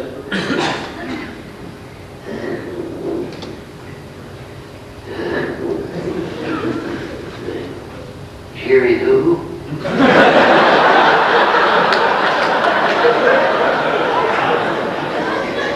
Of course, as you know, Bill Clinton from Arkansas seems to always have a sore throat. Does that tell you anything for the next 4 years, Jerry? We ain't never going to get no answers. Thank you, Jerry Clower. Thank you very much. Thank you, Bill Clinton. Of course, I really don't bid you a reward.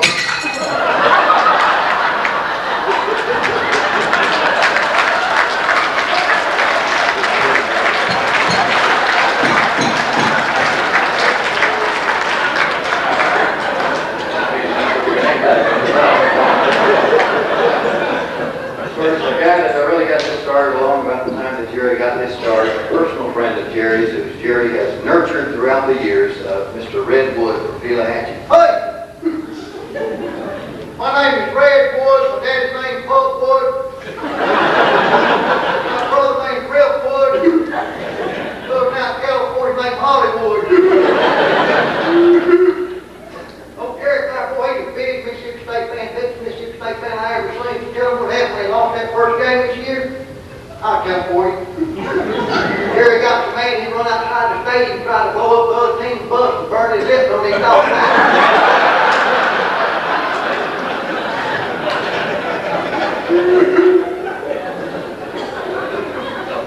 So Sheriff come up to Jerry and said, hey, Jerry, you need to lift some weight. You ever heard of high cholesterol? Jerry said, yeah, I think that's a Jewish holiday, ain't it? Jerry said, I'm excited about Coach Sheriff. He got the entire football team over at Mississippi State making straight days now. He said, your leads are a little crooked.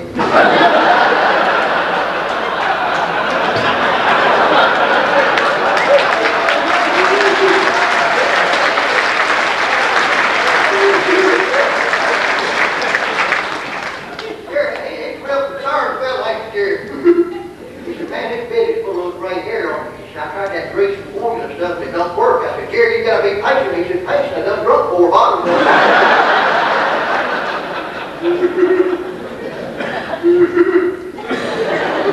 Oh, Jerry, me and Humble Lake said, I went up to see him over right 4 Liberty. Humble Lake said, y'all go to the grocery store, get me some salad dressing. Me and Jerry going down to the grocery store. We was walking down salad dressing aisle, and Jerry looked up on the shelf, and there was Paul Newman's face on the bottom of the salad dressing. Jerry said, I didn't even know he was missing.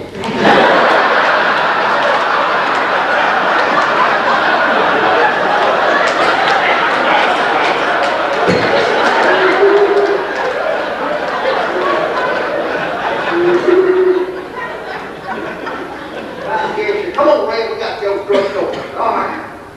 I rode over to the drug. You know that big yellow suit he wears. Where's your yellow suit today? Big Bird Bar?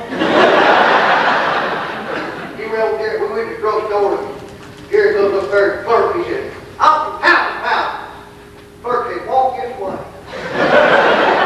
Jerry said, if I could walk that way, I wouldn't need House.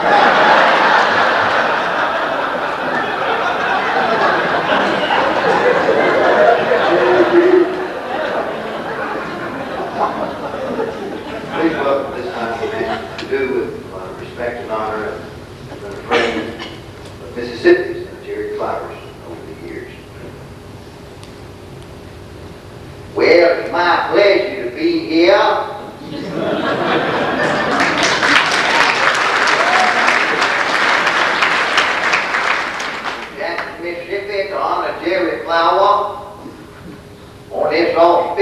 occasion, Jerry, whatever it may be, Jerry has always said if you want to leave your footprints in the sands of time, you have to drag your feet. Jerry has certainly drug his feet. People have said you'll push you, but I don't believe that, Jerry. It's been said of Jerry that he could follow you through a revolving door and he would come out first.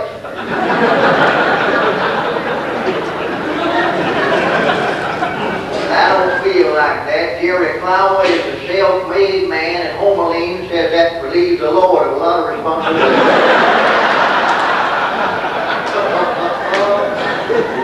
He's a rascal, ain't he? I heard all these fine talents up here saying Jerry loves to go hunting and fishing, and he does. You tell him about that Velcro hunting vest?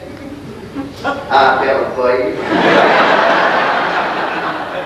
Jerry went down there to Walmart and bought him a Velcro hunting vest that he brushed up against the deer, drug him 12 miles.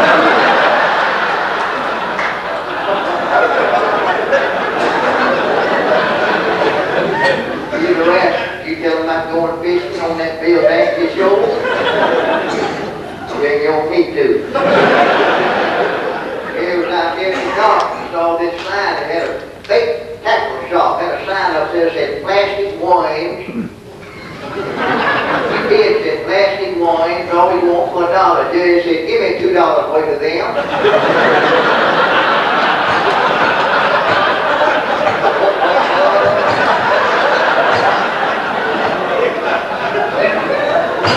Mississippi State people will give you time.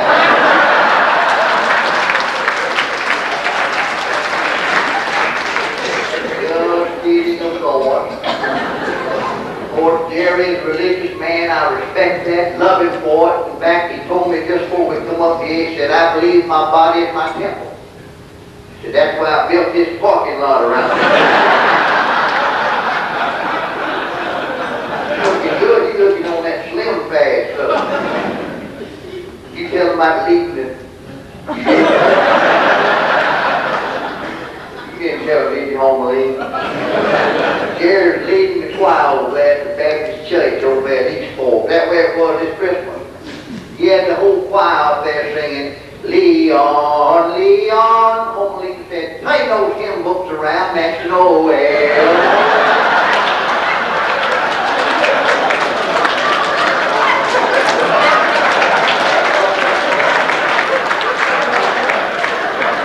There you go. I will say this about Jerry. He's always been very nice to me over the years. And I said, Jerry, I called him up and I said, do you mind if somebody wants me to do your voice on the spot? He said, go for the money. So I did, and I appreciate that. I made a total of $37.50. The time that Jerry has let me do that. And, of course, when I always go someplace and do impressions, especially in the South, they always ask me to do Jerry from my home state of Mississippi. I'm always proud to. Damn fine. My name's Jerry Clower. Just got back from Paris, France. Went to visit them people that live over there. They call them parasites.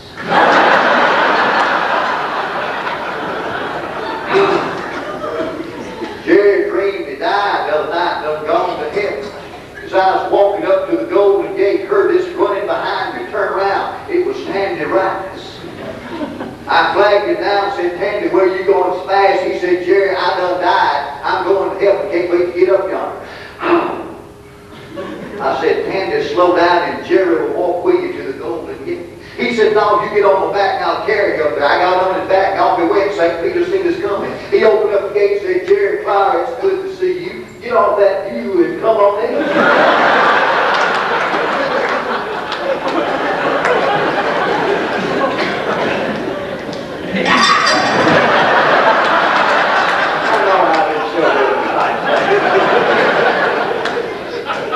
Seriously, I've always been a fan of Jerry Clower's since he had his first and second albums out. And we were privileged to try to help him promote his career. And of course, all that early work I did for him apparently paid off.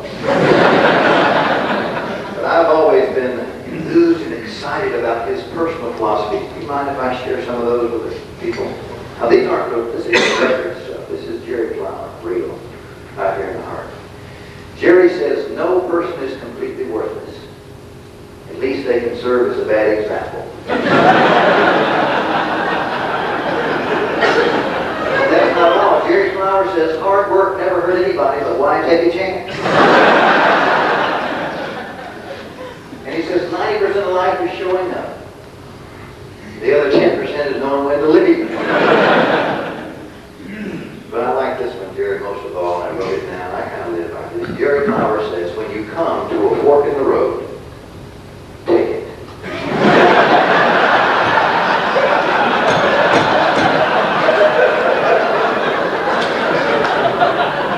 That is class. I'm almost saying, don't ring the bell. But Omaline, you didn't tell me that I called, did you? See, when I'm doing a thing like this, I always like to call it. Just ask for that inside little edge.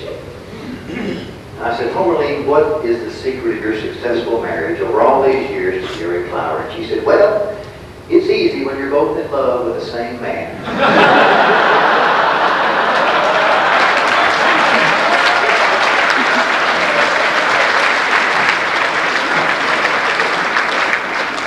Just kidding, of course. But seriously, let me say that publicity and fame, it has been said, is like poison. You swallow too much of it. I can say that Jerry Clower has not swallowed much of it the many years he's been in show business. It is a show business. Jerry Clower, to all of us who are his fans and all of us who call him our friend, is a treasure to be valued. He's a treasured talent. He's a treasured, valued Christian. He's a valued husband and father, a valued friend to many, many people. You know, most of us in the humor business value him for his contribution to the art of humor. Think about it. It's historical. It's history. It's important. It's a living history. And to me, Jerry is the living embodiment of the scriptural text that says, a merry heart does good like a medicine. Jerry, you've been our friend, and you've given us some good medicine. We want to thank you for sharing your gift of humor with the world. God bless you, brother. In Jackson, then got promoted on that another big market, and I don't understand all that, but it boils down to dollars. Somebody pays you more to leave this station and comes to this one. I ain't mad about nothing. I'm the most blessed human being in the world. I don't know of any place I'd rather be. Press has been good to me. I have never, ever, in all the years of show business, had any complaint about press. And any time anybody goes to say it, it's their fault. You better look out, them folks is in trouble. The minute Jim Baker said, the Charlotte Observer's low down, I said, that sucker's stealing.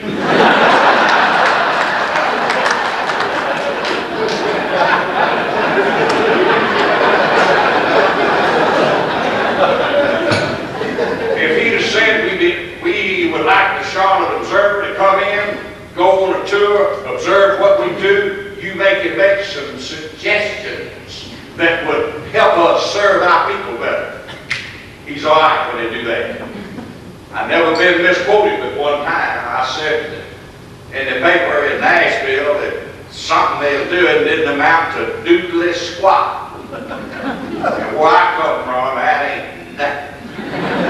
What they quoted me as saying is that don't amount to a doodly damn. And I got 4 letters from preachers saying I got cussed in the paper. Bill Woodruff and others have walked around during the social hour and said that I have had a hangover, and I'm gone to Hollywood, and I'm wearing these glasses. I'm just to prove to you that's a bald-faced lie. 15 years, I done had a bad left eye. I done been ever a specialist, everywhere you can be sent. And every time I'm sent out to Mississippi, I said I'd rather go blind than to admit a doctor in Mississippi can't do something to help my eye. Every time I go to one, they help me just a little bit. But directly, they sent me to New Orleans, and the man said, you got floppy lid syndrome. That means your eyelids just done got loose, Charlie. They done got so loose that it rolls over while you're sleeping in the middle of the night. And you ain't never had no pain till you drag the eyelid turned wrong side out of the pillow. I mean, you ain't never woke up in pain until you do that. And Dr. Son Nichols from Yazoo County sent me to see Dr. Noble, a world-famous surgeon, and he fixed my eyes December the 17th. I still got some swelling. Dr. Noble, I want you to stand up and walk out here where they can see you. Come here to me. Come on, walk out here.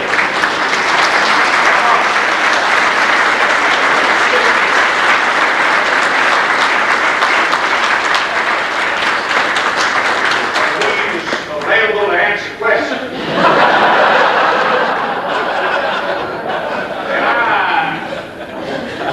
I don't usually recognize nobody unless they're from Mississippi.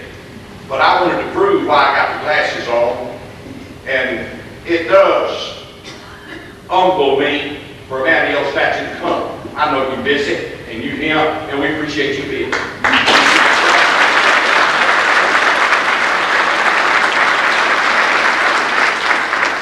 Grown up in Columbus, Mississippi, and quickly, as I got back from New Orleans and had my surgery, a man was fixing a break in my windshield. He said, Mr. Clower, what happened to your eyes? I said, I had to have some eyelid surgery. He said, let me show you a picture of my little girl. Says she's a year and a half old. Says, see, she don't have a left eyelid. And he smiled and he turned the picture over and he said, well, look at that. She's 9. Isn't she beautiful? I said, she is beautiful. But she's got 2 eyelids. And yes, a doctor in New Orleans. They sent my little girl down there, and he made her an eyelid. His name is Dr. Noble. I said, well, that's the man operate on me. And I got him to come to my house, and we sit like I eating dinner.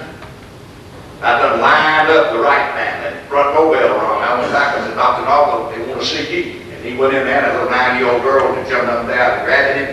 Y'all say I got talent?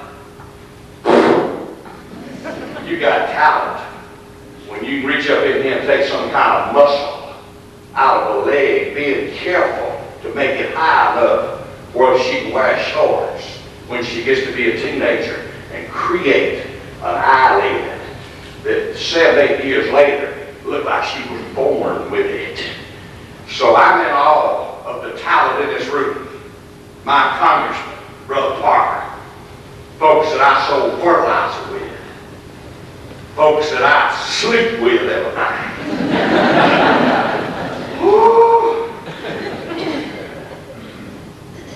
One of the evidences is I know I'm a pretty good fella.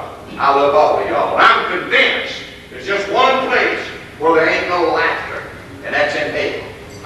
And I've made arrangements to miss hell. I won't never have to be nowhere where some folks ain't laughing. You know of anybody.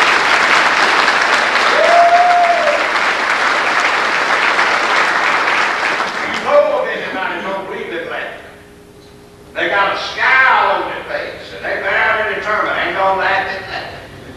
You tell them to go home and look in the mirror and see what all us other folks been laughing at all the time. I love you and thank you.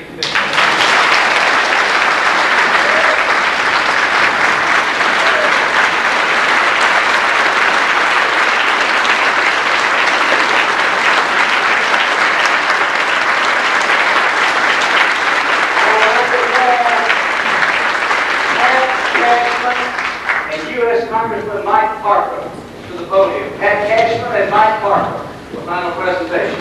Pat Cashman and Mike Parker. Pat Cashman. On behalf of the Mississippi Press Association Foundation, where I want to offer our sincere thanks. You be here tonight, participate in this live up.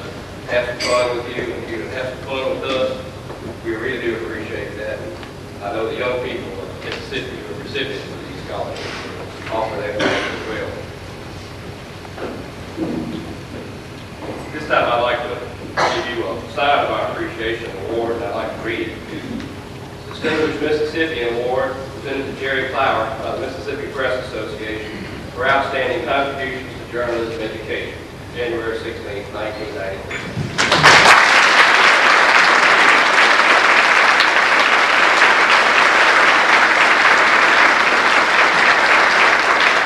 We have a final surprise, very special presentation for Mr. Clower from Nashville and from Hollywood by way of Washington, D.C. Congressman Mike Parker, Jerry's congressman.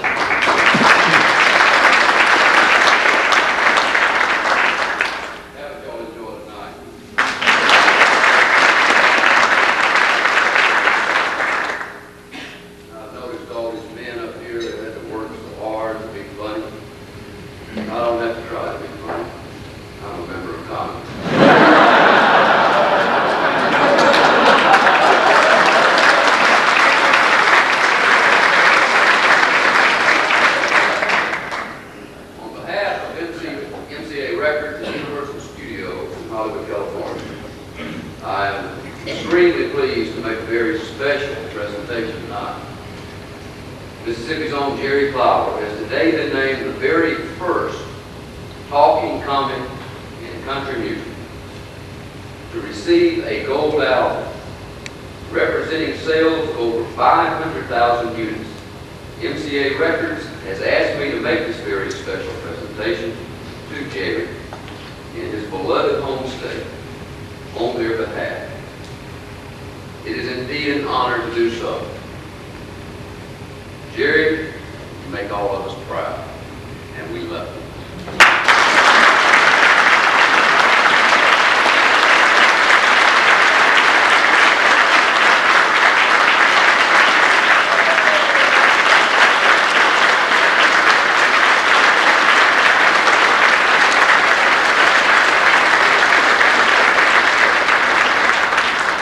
Good night, and God bless each of you. Thank you for a fabulous night. Appreciate you so much. Hope you have a wonderful